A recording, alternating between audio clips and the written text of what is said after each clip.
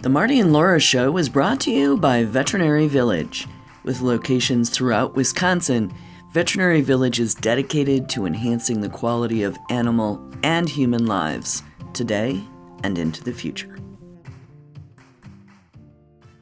Welcome, everybody. Welcome to the Marty and Laura Show.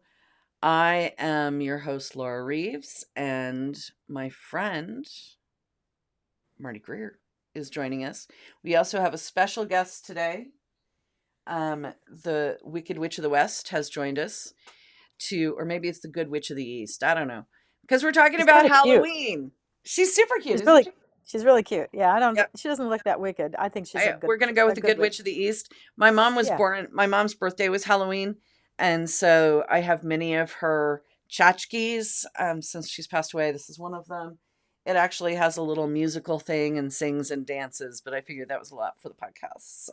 That might be a little over the top. But she's our spirit animal for today's conversation because we're talking about our upcoming holiday. We're talking about Halloween that can be a lot for our pets, right? Like a lot. People and doorbells and chocolate everywhere and weird costumes. Oh my goodness. All right. So what do you say, Marty?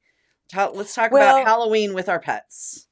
Sure. And you're right. There's a lot to talk about. So let's start with costumes. Okay.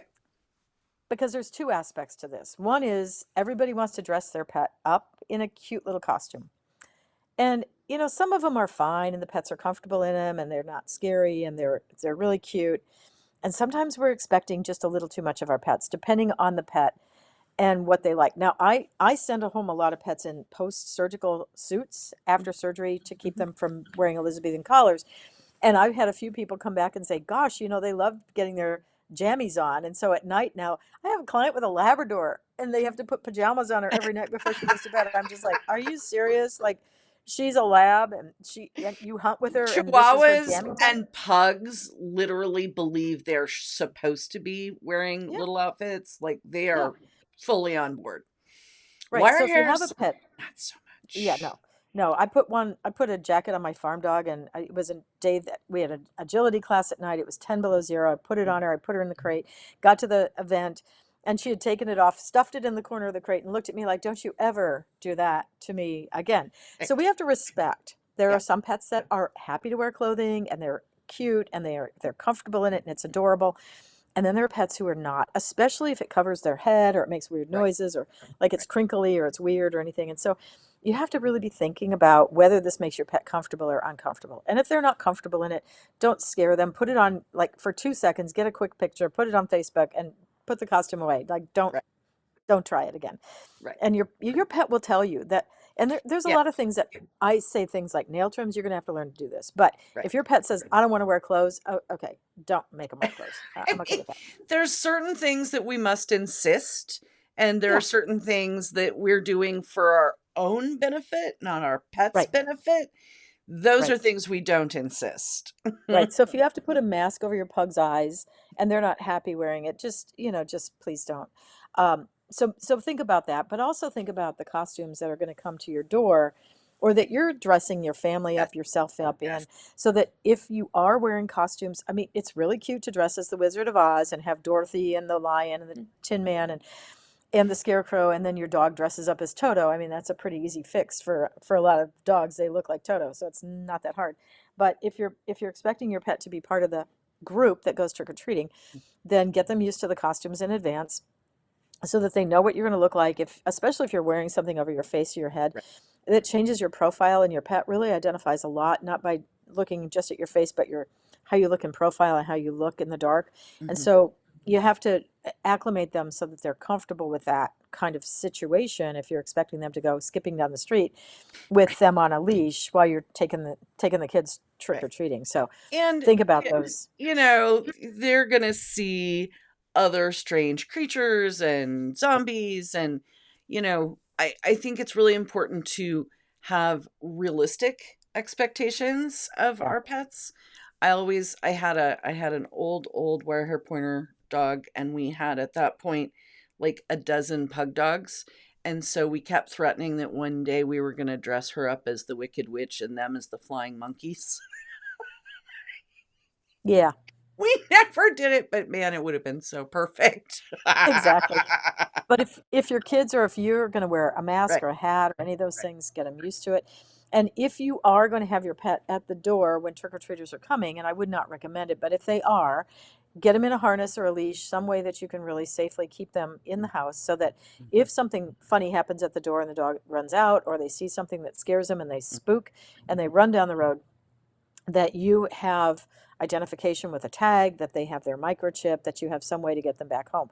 My best recommendation, especially for cats or dogs that are nervous, is just put them in a quiet bedroom or a bathroom, crate them, put them far away from the door where they're not going to hear all the commotion. They're not going to hear the doorbell ring 1,000 times. They're not going to be upset. You're not going to change their routine.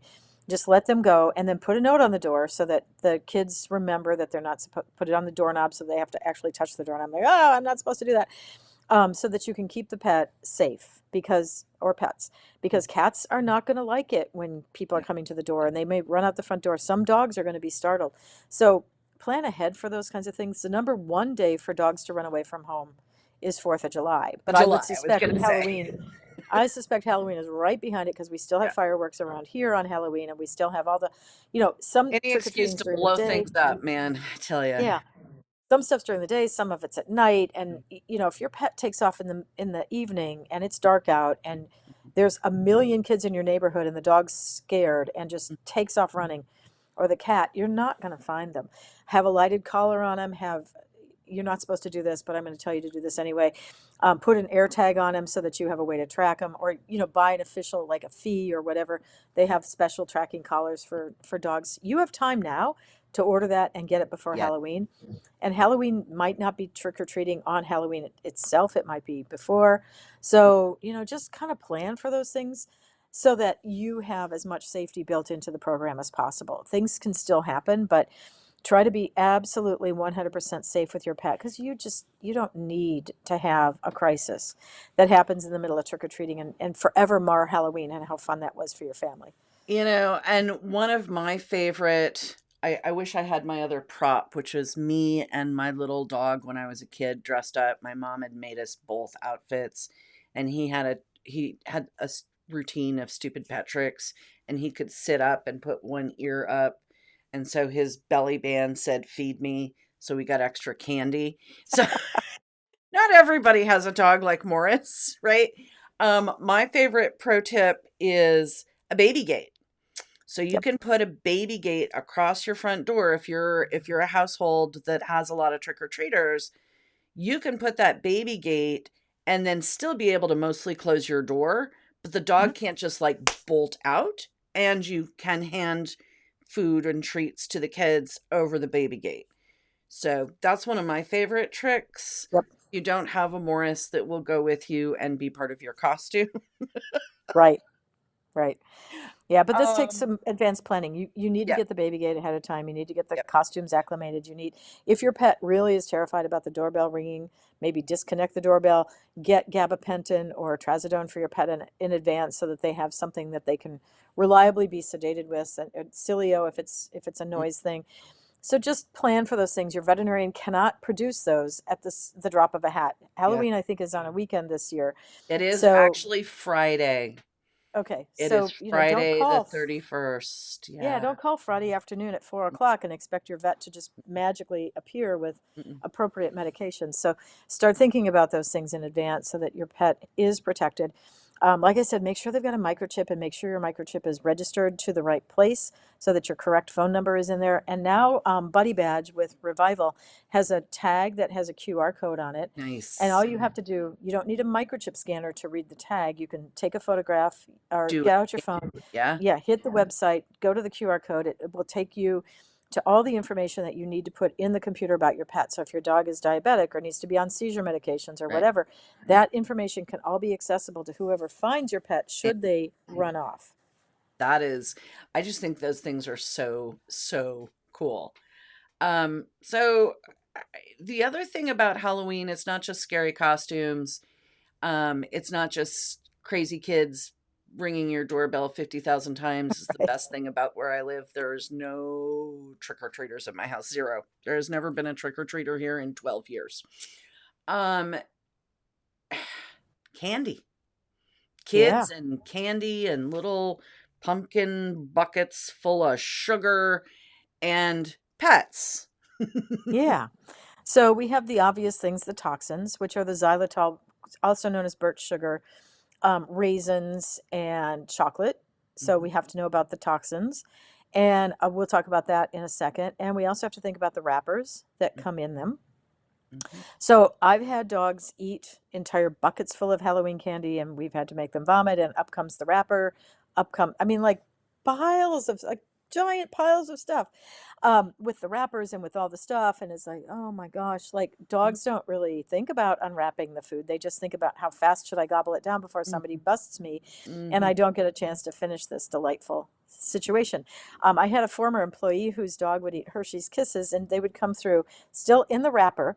They would come through a little blunted, but still shaped like a Hershey's Kiss. But you know those little paper flags? Those were digested off. But the whole Hershey's Kiss would come through out in the other end of the dog, still wrapped in the foil. Not as pointy, but still in the foil. I mean, So yeah, less chocolate in the system? I'm gonna go with that's good? I don't know, man, yeah. that's a But lot. that much foil is not good for you. The paper wrappers, the foil, all that stuff. So yes, we have to worry a lot about the things that are in the basket. Raisins we know are toxic, so some people give out raisins, and if they're chocolate covered, now we have a double whammy because we have chocolate and raisins. Mhm. Those can cause kidney failure. Raisins can cause kidney failure. Chocolate, of course, everybody knows about chocolate toxicity, and I've never treated a chocolate toxicity ever because most people catch it and then they will do something about it. And we'll circle back to that in a second. But the more dark the chocolate and the more Yeah. chocolate there is, the more serious it is. So something like a Reese's peanut butter cup, it's milk chocolate, it's a lot of peanut butter. If they eat one Reese's peanut butter cup, I don't get into a real panic. But if they eat an entire bag of them and they're in the dark chocolate version, then you have to be a little bit more concerned. And it depends on the size of the pet, the breed of the pet. Some of those things all play a role. So, and then we have the xylitol, the sugarless gums and candies. That's the And scariest xylitol, one to me because yeah, that'll get them quick. yeah. And xylitol is sort of a two-pronged danger. Mhm. One is that if they eat a certain amount of it, their blood sugar will drop and they'll become like uncoordinated, staggering, and they can go as far as having seizures because their glucose drops so low. But if they get a higher dose than that, they can also go into liver failure. Mm. So, xylitol, like I said, is also known as birch sugar and some other things on labels because they don't want to put xylitol on there. It sounds like a chemical because it is. Yes. So, yeah, so just be really aware that those things may be in the basket. So the first thing to do is just keep the basket that the kids come home with, keep it up high out of the way. Your dog can counter surf. Your dog can surf the kitchen table. They'll push a chair over The and stand in cat the can middle of your knock it kitchen table. over. Yeah, oh yeah, they're accomplices. Like, here, let me help you with that. So, yeah, you can have a lot of that, and you just have to really think about those things. So, Mm. be aware, put them where they aren't going to get into it, keep the kiddos' baskets out of the way. And if the dog or cat gets into something, you should call National Animal Poison Control or Pet Poison Helpline. Those are both organizations that have toxicologists on staff. There is a fee. It costs you money. You need to have your credit card in your hand when you call. But and a lot of people argue with you about it. Oh, well, it shouldn't charge me for it. Well, the ones for people are funded by your government. The ones for animals are not because owning a pet is not a government funded project. So if your pet does eat something, have your credit card, call one of those two organizations, and you will very quickly be connected to someone that will take information from you. So you need to have the packaging, you need to know what they ate, like which brand of xylitol was it, how much did they eat, what does your pet weigh approximately, what breed are they, and they're going to connect you very quickly to a toxicologist that can then say, not a toxic dose, yes, it's a toxic dose, this is what you need to do. And then that treatment plan will follow you. If you have to go to the veterinary clinic, the treatment plan follows you along. So when you show up at your vet clinic or at the emergency clinic, they already have all the drugs, all the doses, everything calculated out. And in the long run, that actually will save you money because your vet now doesn't have to stop and call them and charge you for it. They will Right. just go, okay, we need to do this, this, this, and this. And then very quickly, your treatment plan has been established and initiated. So it's a really good program. So National Animal Poison Control is part of ASPCA, and Pet Poison Helpline is the other one. So have those phone numbers in your phone, have those available to you, have your credit card if you call, and just get all that started. Now, A lot of people are familiar with using hydrogen peroxide to induce vomiting if their Right. pet eats wrappers or candy or sugarless gum or whatever. And I personally think it's a very dangerous product. I've had very bad experiences with it over the years. I've had a cat that died from it, and we've had a dog that developed an air embolism in her brain. We feel like the peroxide caused enough bubbling that it Mm. put an air embolism into her brain, and she walked backwards for 3 days at the emergency clinic. So I don't use those, but there's a product called Clevor. It's Clevor. It comes in a little foil package. It comes as an eye drop, and you can use it on dogs. It doesn't work on cats. And your vet can prescribe this for you if they are willing to. If you have a dog that's a frequent flyer because they eat stuff they're not supposed to, like chocolate and underwear, your veterinarian will potentially send this home with you. You have to work with your veterinarian. So this is a reason to have a good relationship with your vet, is to say, I really don't want to end up at the emergency clinic 2 Saturdays a year. So could we just have some Clevor so I can predictively be able to do this? And you put a drop or a number of drops, depending on the size of the dog, in their eye. And within 4 to 7 minutes, that dog is vomiting up the offending product. Now, occasionally you have something that shouldn't be vomited up, like battery acid Right. or bleach, but most of the time, if your pet eats something that they're not supposed to, vomiting is the best antidote to start with. That's why you call the poison control when they eat something they shouldn't, to know whether you should vomit or not vomit, because that is a big deal. Right. And it's under $100 for those fees. Mhm. It changes from time to time, but it's under $100. And if your pet's health is, and the amount of money you'll save by maybe not going to the emergency clinic or your regular vet, or maybe not having to treat anything at all, or maybe the treatment isn't as expensive as you think it's going to be, then those are the things to have available. It's just have the phone number, have your credit card, and ask your vet if they'll dispense Clevor if you know you are one of those dog/dog owners. Yes. It happens. I, Well, I, there's some that my new wire they hair just do. puppy apparently is going to be one of those. I am so not amused about this. So not Yep. amused. I'm like, no, no, no. I haven't had an inappropriate eater of stuff in a very long time. Yeah, there are some breeds that are. So know your dog's breed, know your dog's size, know the information, have the phone number taped to your cabinet or stored in your cell phone or Mhm. whatever, so that you're not frantically trying to get onto a Wi-Fi network someplace and Google it if you're somewhere far away. So just have that piece of information available to you, because at some point you or someone you love will they will need that. That's life. For real. Doggett simplifies the puppy buying journey by connecting families with the perfect breed and responsible, health-verified breeders. They are the only breeder marketplace that verifies health clearances and responsible breeding practices. Through their personalized puppy matcher tool and matchmaker services, they educate and guide buyers every step of the way, ensuring a seamless process and a perfect match for their lifestyle. From initial breed consultation to introductions with top breeders, Doggett makes responsible puppy ownership easy and stress-free. So here we are, Halloween. No eye of newt, no wing of bat, or anything in our dog's food supply. What else are we looking for? Trick or treaters, don't eat all the candy. What else? Oh gosh, let's see. There probably are some other things that we're missing, and I have no idea what they are. Oh no! Oh no! Okay. We did the microchip. Have a microchip on your dog. Don't let the dog eat the candy. Don't let the dog be scared. Baby gate at the door. If you take your pet trick or treating with you, Yes. make sure that, like your kiddo, it has reflective tape on it Or a lighted collar. or a You can lighted get collar. those, yeah, Mm-hmm. you can get those collars that light up. They have a Mm-hmm. rechargeable battery and they're not expensive, and Mm-hmm. they're pretty great, so that other people can see your dog and Mm-hmm. you can see where your dog is. We don't want your dog to startle anybody by, Right. coming around the corner in the Right. dark and not having somebody Yep. realize that they're there. Some people, some kids are not really comfortable with dogs, so make sure that that happens. And I think something that a lot of people don't know is that there are bandanas and collars that are in different colors Mm-hmm. that kind of help signal whether your dog is comfortable with other people or not. Now, Friendly, yes. if you have a dog that needs to wear a yellow bandana, probably don't take them trick or treating. I would encourage you But not. but there are people that can identify that. And in fact, Mhm. there are times that the wrong color or the Mm, wrong bandana gets put on a dog because people are unaware of those sort of signals that right. are out there. But if you do have a situation that you have to take your dog to something, make sure that you signal with the appropriate Mm, collar or bandana. But the collars that light up are pretty great. They're yeah. rechargeable. They're pretty handy. You can set them for different settings so they'll Mm. flash or they'll be steady or whatever it happens to be. It'd be So there's part of some the pretty, costume. yeah, exactly. Build it in so Yeah. it's part of Yeah. something cool. Yep. Another thing that I think is really, really fun, and we haven't had a chance to talk about it much on this particular program, but if you happen to have a purebred dog, you don't have to, but if you happen to have a purebred dog, the American Kennel Club has a really cool program, and it is a titling program for dogs who do tricks. And Halloween makes me think of tricks because Morris used to do his tricks for the Halloween.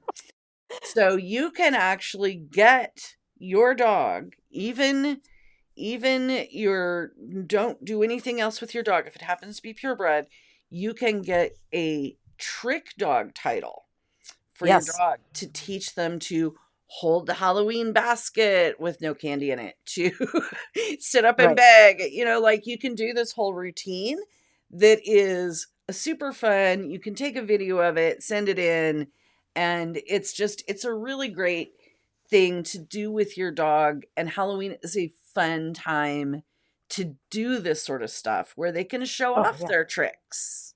Right. Right. You can teach them to, if you pretend to sneeze, they can walk over to the Kleenex box and pull a Kleenex out and bring it over to you.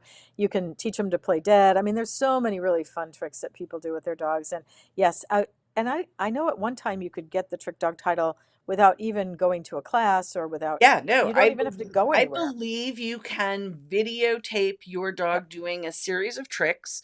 And if you go to akc.org and type in trick dog, it will take you to the Yep. rules. And it's just for me, just from my childhood and the fun stuff, like I still teach my dogs to carry stuff so they can carry a basket or they can, whatever, and it's fun, and I think it's fun Yeah. for the kids to teach the dogs to have a trick, and it's a cool family activity if you have a dog that's willing to participate. Right. And a lot of the retrievers, they're very willing to carry things in their mouths. So it can be a lot of fun. You can teach them to go to the fridge, open the fridge Mhm, because you put a towel on the door handle. You can teach them to get you a beer, close the fridge, mhm, take the recycling out. mhm. You can do some really fun stuff. Yep.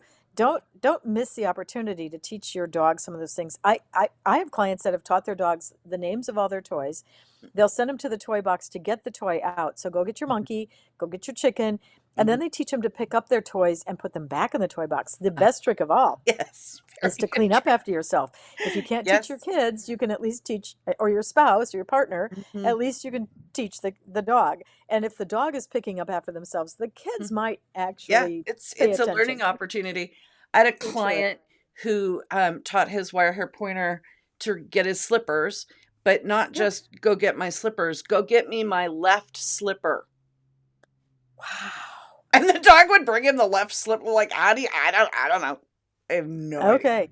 My And this grandson, dog who's could almost like 5, hold a can't, pipe, like hold up like an old like like he's Conan smoking. Doyle, yeah, Sherlock Holmes pipe. He would hold a pipe in his mouth and they'd put a hat on him. I mean, you can just do so much fun stuff if your dog Yes. is into it. And if you want your dog to be into it, we talked in our last episode, we talked about how to train our dogs right to accept different care and different things at the veterinary office with the fear free. Right. We can train them to do all these things. Training our dogs is actually fun. And I think if we can use Halloween as a peg to remind people that Right. training our dogs is fun, and that there's really cool and fun ways to use training our dogs to get cool stuff, like that feels like a good use of time. It sure does. And you can do it in just little tiny Mhm, tidbits of time a day. You mhm. don't need to set aside an hour. My The first dog dog, won't take it in. yeah, no, no, my first dog, we had her at a friend's house while we were traveling, And while she would be using the toilet, she taught the dog to shake. So, multitask, folks. That just brings up some images that I just don't need to know about. Uh, but yeah, I mean, you can absolutely, basically, I teach people, particularly for puppies, 5 minutes 3 times a day. Yep. Literally 5 minutes, That's 3 about times, whatever it is that you want to teach. There's lots of things that people want to teach. 5 minutes with their breakfast, 5 minutes when you get home from work, 5 minutes before you go to bed. Yep. 5 minutes 3 times a day on whatever task you want to teach them. Yep. And rotate, like do one thing in the morning and one thing at night and one thing at late night, right? Like or one at lunch, however you want to break that up. 5 minutes 3 times a day, you will have your dog trained to do whatever it is you want them to do in about a month. It's pretty surprising how quickly they pick up on things and how much fun it really is. Like your dog is going to love it because you're giving them extra attention. And, Yes. if you've got more than one dog, they're going to be over there nudging under your elbow, hoping FOMO, that they're going to get FOMO, some too. FOMO. Exactly. I have a former employee. She was one of my groomers, and she had a dog in an agility class, parked her van. It was an outdoor class, parked her van with the back of the van open, her other dog in a crate. And that dog learned to run agility by watching the housemate run agility. She took her out of the crate finally after a whole session of classes. And the dog's like, I got this. Yeah. So dogs are amazing in what they pick up and what they learn. And we don't give them nearly enough credit. It is actually one of the training methods that a lot of professional field trainers use. They will park a dog where it can see the training being done by the other dogs. So you have FOMO, a little fear of missing out. And they literally watch what's going on and they learn by watching. And that is quite specifically a tool that a lot of professional field trainers type guys use to teach dogs how to do the work. Yeah, it's pretty fun. So take advantage of every tool that you have and make sure that the dogs are learning the fun stuff. And remember, Glinda the Good Witch. We decided it was Glinda the Good Witch. Okay. Glinda the Good Witch, not the Wicked Witch of the West, says, keep your dog safe. Don't let them eat the candy. Accustom them to the costume and teach them a trick. There you go. And if you get a chance to go to Vegas, get a ticket to the Wizard of Oz, the movie, at the Sphere. It is the most amazing experience. So oh if my you're gosh, toward Vegas, cool. Go to the Sphere, man. We missed that one, huh? Okay. I did it last week. Okay. Now my husband still has finger marks in his arm because I'm not good with heights. And there's special effects that you will not experience anywhere else. But if you get a chance to go, it's a little expensive for a movie. It is worth every single penny. Do it. Fantastic. All right. There's your pro tip for the day. Happy Halloween, everybody. Have a great, great week. Thank you for joining us on the Marty and Laura Show. We're excited to bring you these unique, fun, fact-based conversations about pet health. We hope you'll join us on social. Stop by the website to sign up for an extra tip of the week for your pet. While you're at it, do us a favor, please, and leave a review wherever you find your podcasts. The Marty and Laura Show is produced by Pure Dog Talk, Inc., sound design and editing by Premium Audio Services.